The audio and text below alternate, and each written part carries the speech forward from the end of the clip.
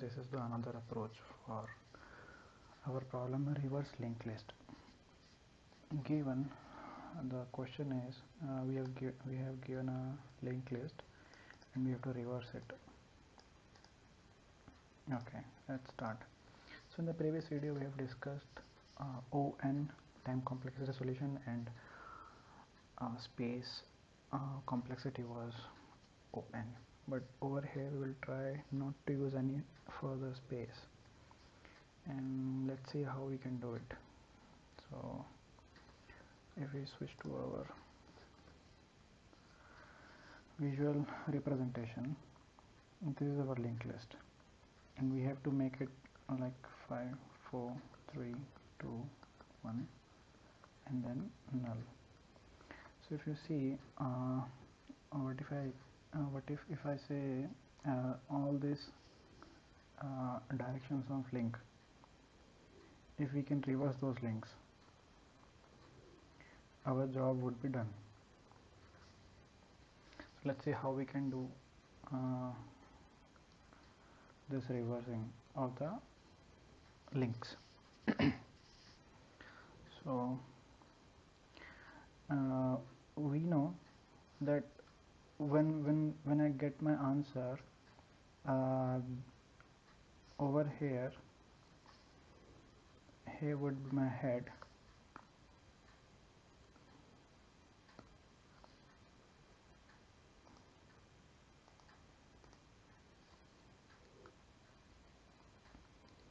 so it would point at head.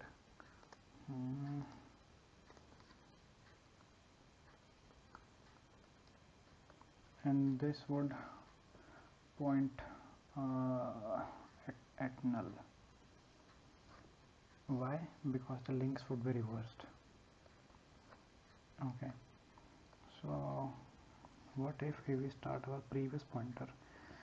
I think I am going to use 3 pointers. So let's say my first pointer would point at null, my second pointer would point at this first node, and my third pointer would be here. So initially they all would be pointing to same location. So this P3 will point it here. Now since you have to reverse the linked list, consider the links as such where we need a way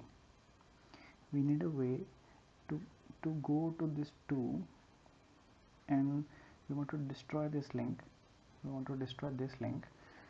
And we have to enable somehow this link. So what we can do is we will blindly move our P3 node to the next of P2. So P3 would point here. It can be null, well, but over here we have a value 2. So P3 points to 2, and we need to save the significance of P3 is we need to save the linked list accessibility. Otherwise we would lose the access to the linked list. So what we are doing right now is, to this P2 we have to destroy this link, right? So initially we would say P2 dot next should point to P1, where P1 is pointing. So this link would be removed and this would point at the guy where P1 is printing, and right now P1 is pointing to null, so it would point to null. And coming to the next iteration would be P2 will try to point at where P3 is pointing, and before that P1 should point at the location where P2 was pointing. So before P2 update, we have to make updation of P1, then we update P2, then we update P3 in a serial order, and then we have to do the same approach. What we do is, wherever the P1 points, I want to make P2 next pointing to the same location. So P2 next would be pointing to the same location where where P1 points here. Now we have to update P1. P1 should point to the location where P2 points. P2 should point to the location where P3 points, and P3 should move ahead location, right? We have to do this thing till P3 is not null. So the iteration ending factor is P3. So let's switch to our code editor. For the simplest of approach, or just for the edge cases, let's make this node. Let's check whether is it null. Then we have to return null. Otherwise, you have to return a head, which would be pointing to a linked list, which is reversed. So now list node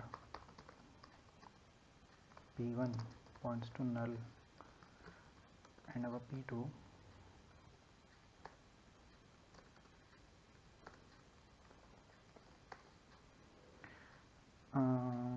points to node, and P3 also points to node.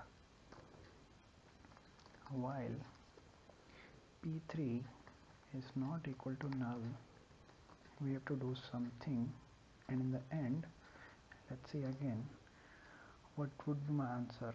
So answer would be contained in P2, because P3 in the last, P3 would have been moved to null, and the rest we know is P2.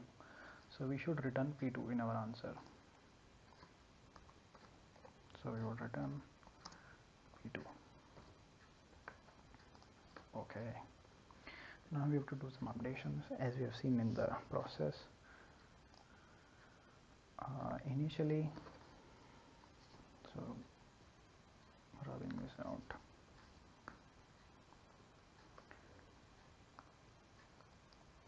One, two, three. Consider this is our linked list.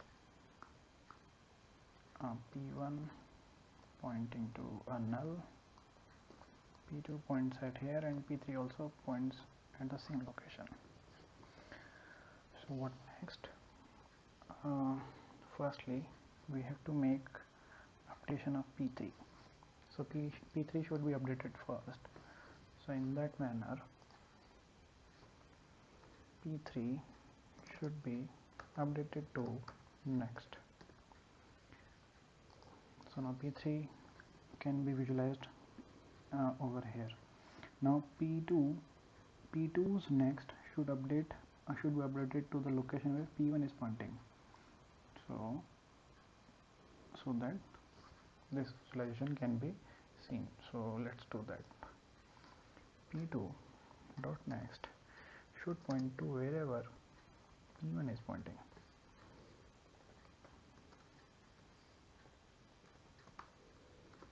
Fair enough.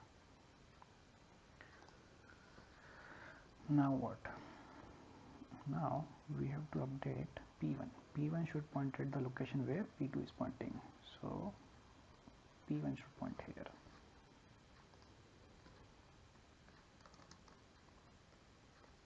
Okay, done. Now P2 should point at the location where P3 is pointing. So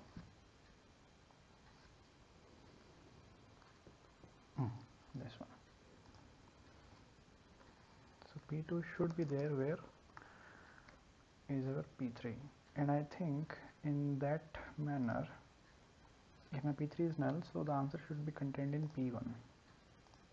Sorry about that. And we will keep on doing this thing until our P3 is not null. Let's try to run the code and see if there are any bugs. So this approach is accepted. Let's try to submit it out. Okay, the solution is submitted. This was our solution, and yep, we are fast. So thank you guys. This solution can be analyzed as a time complexity of O(n) and space complexity of O(1). We don't consider variables, considering the fact that n can be very large, can be like close to infinity. So over there, only thing what matters is the time complexity. So thank you guys. We will meet